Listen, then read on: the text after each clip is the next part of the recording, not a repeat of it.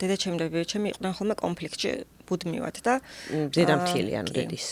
მამაჩემის დედა და ერთ-ერთი ჩხუბის დროს დედაჩემს წამოაწახა უნაყოფო, უშვილო, უვარგისო და მაშინაც ვკითხე რატოა უნაყოფო და უშვილო, იმიტომ რომ მე ხო შვილი ვარ. ნუ ყველა გაისუსა, არავინ პასუხი არ გამცა.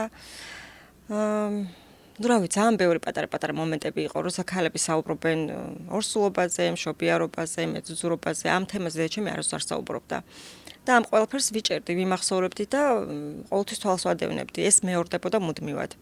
ეს იყო ჩემი საფუძვლიანი ეჭვი იმისი, რომ მართლაც დედაჩემის ბიოლოგიური შვილი არ ვარ. როცა მე ვიყავი თვითონ ორსულო და დედაჩემს რაღაცებს ვეკითხებოდი, დედაჩემი ვერაფერზე პასუხს ვერ მცემდა, იმიტომ რომ არ ქონდა გამოცდილება.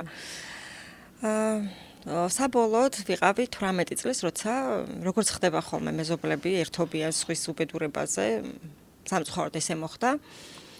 არავინ არ იცოდა მე რო ვიცოდი ჩემი აყვანის შესახებ, მაგრამ ერთ-ერთ სუფრაზე, სადაც ბევრი ადამიანი იჯდა, დაახლოებით 30 ადამიანი, იქ ერთ-ერთმა მეზობელმა მითხრა, რომ აი როგორ ეტყობენ ათიას, რომ აყვანილია, რომ არ არის ნაირას შვილი, იმიტომ რომ ნაირას არ გავს.